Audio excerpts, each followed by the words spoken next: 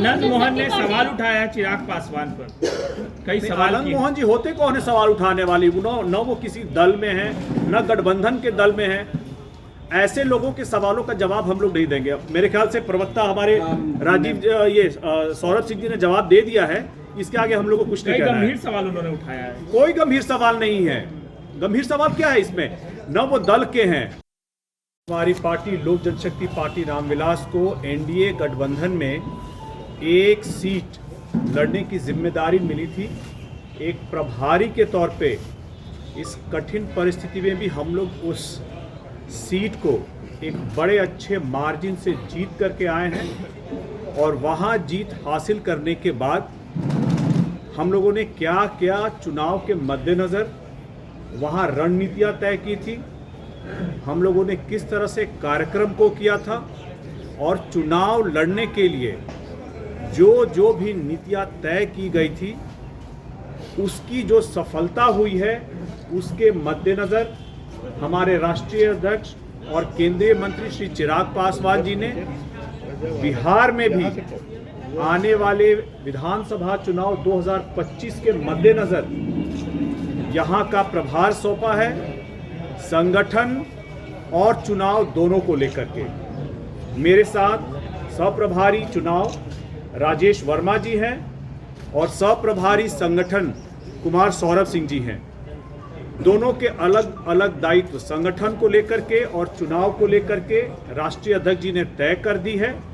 अब आने वाले समय में हम लोग जो भी बिहार विधानसभा चुनाव के मद्देनज़र हर जिले में प्रवास करेंगे और हर प्रवास के दौरान हर जिले इकाई उनके प्रकोष्ठ की समीक्षा होगी और जहां जो भी त्रुटियां होंगी, कमी होगी, उसको पूरा करने की जिम्मेदारी पूरी हमारी टीम की होगी और खास करके कुमार सौरभ सिंह जी की होगी।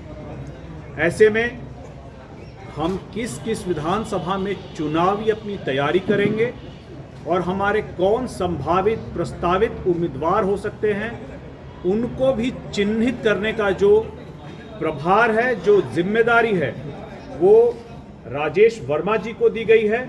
और इसको लेकर के अंत में जो फैसला होगा, हम लोग सामूहिक रूप से हमारी प्रभार की टीम उस फैसले को अपने राष्ट्रीय अध्यक्ष जी को रिकमेंड करेगी और अंतिम निर्णय इसमें हमारे राष्ट्रीय अध्यक्ष श्री चिराग पासवान जी का होगा।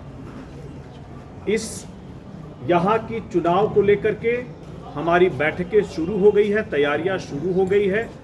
आने वाले समय में अलग अलग जो कार्यक्रम लगेंगे, हमारी प्रभार की टीम की और हमारे राष्ट्रीय अध्यक्ष जी की, इसकी समय समय पर आपको भी जानकारी दी जाएगी। और आप लोगों से निवेदन रहेगा कि आप लोग उस कार्यक्रम को कवर करने अवश्य आए। अब आप लोगों के जो सवाल हैं आप उससे गया में जश्न के दौरान जो विवाद हुआ, कौन जिम्मेवार? देखिए, आप सही कह रहे हैं।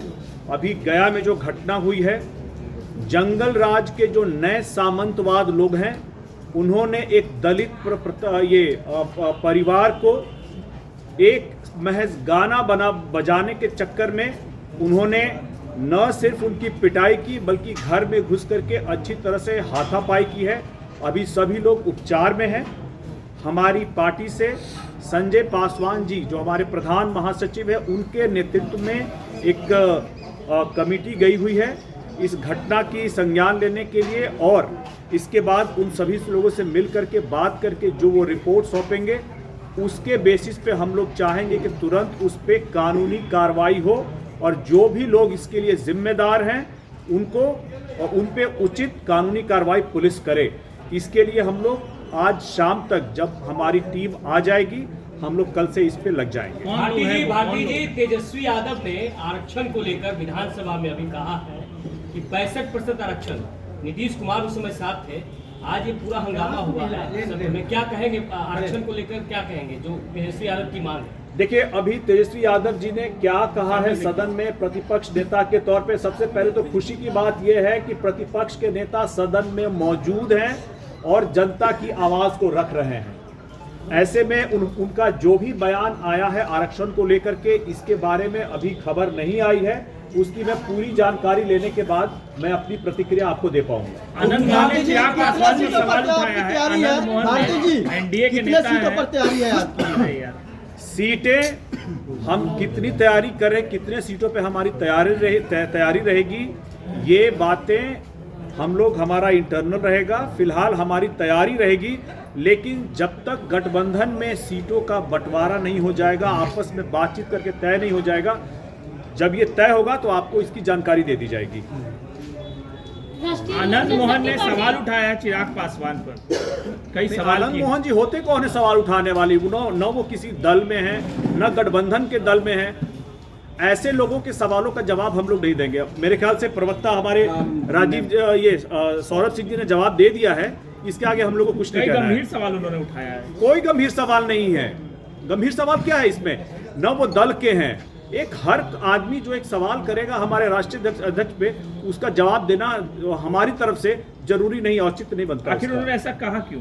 मुझे नहीं पता क्यों कहा है, वो उन्हीं से आप जाके पूछेगा। इस पे हमारी तरफ से प्रतिक्रिया आपको दे दी गई है। परिवारवाद पे हमेशा से सवाल खड़ा होता रहा है अरुण जी, तेजस्वी यादव पे या कांग्रेस पे, लेकिन आप भी जो है वही काम कर रहे हैं, चुनाव प्रभारी आप बन गए। क्या रोजगार अमराज में और कोई नेता जिनको चुनाव प्रभारी बनाया जाए, उच्च पदों पर रखा जाए? आपका सवाल बिल्कुल सही है और सटीक है।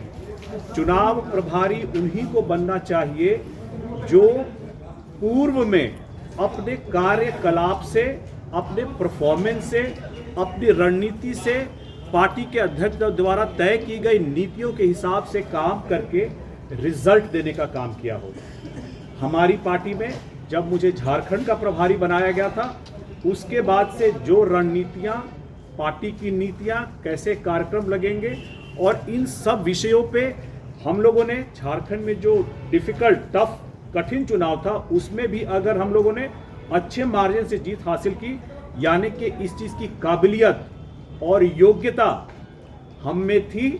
और इसीलिए चिराग पासवान जी ने बिहार चुनाव 2025 के लिए भी हमारी ही टीम को इसका प्रभार दिया है।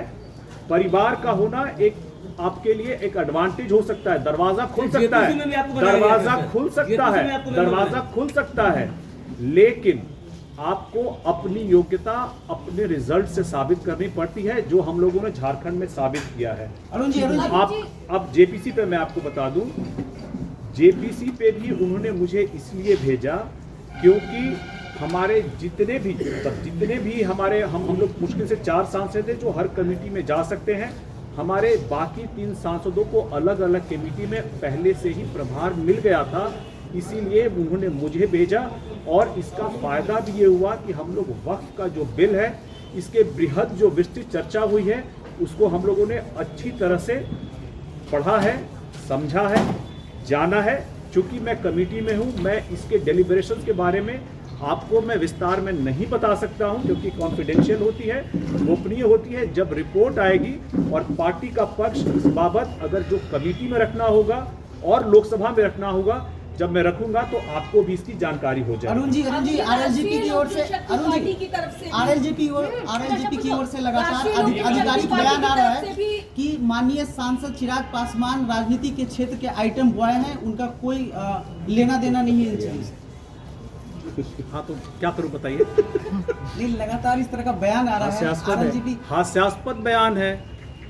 मतलब उनके इस बयान पे हमारी कोई प्रतिक्रिया नहीं है। चिराग पासवान जी के बारे में कौन क्या राय रखता है, इसके बारे में आपको भी बेहतर पता है। एक नेता के तौर पे कैसे अपने संघर्षों से वो तब करके आए हैं, कैसे गठबंधन में वो 5 सीट लेकर के आए हैं, और अब लोकसभा के अलावा झारखंड में भी जिस तरह से उन्होंने, उनके नेतृत्व में पार्टी ने जो रिजल्ट दिया है, ऐसे में चिराग पासवान जी की महत्ता अगर प्रधानमंत्री श्री नरेंद्र मोदी जी समझ रहे हैं, माननीय मुख्यमंत्री श्री नीतीश कुमार जी समझ रहे हैं, और गठबंधन के अन्य दल सब समझ रहे हैं, तो मुझे किसी एक पार्टी के एक प्रवक्ता पे कोई प्रतिक्रिया नहीं देनी है। अच्छा, राष्ट्रीय लोक जनशक्ति पार्टी की तरफ से भी कमर कसी जा रही है। वो लोग कह रहे हैं कि 243 सीटों पर अपनी उम्मीदवार खड़े करेंगे, और 28 तारीख को जो खगड़िया के शहर बदल में वो लोग कार्यक्रम करने जा रहे हैं, उसमें एक बड़ा ऐलान कर सकते हैं। शुभकामनाएं हैं।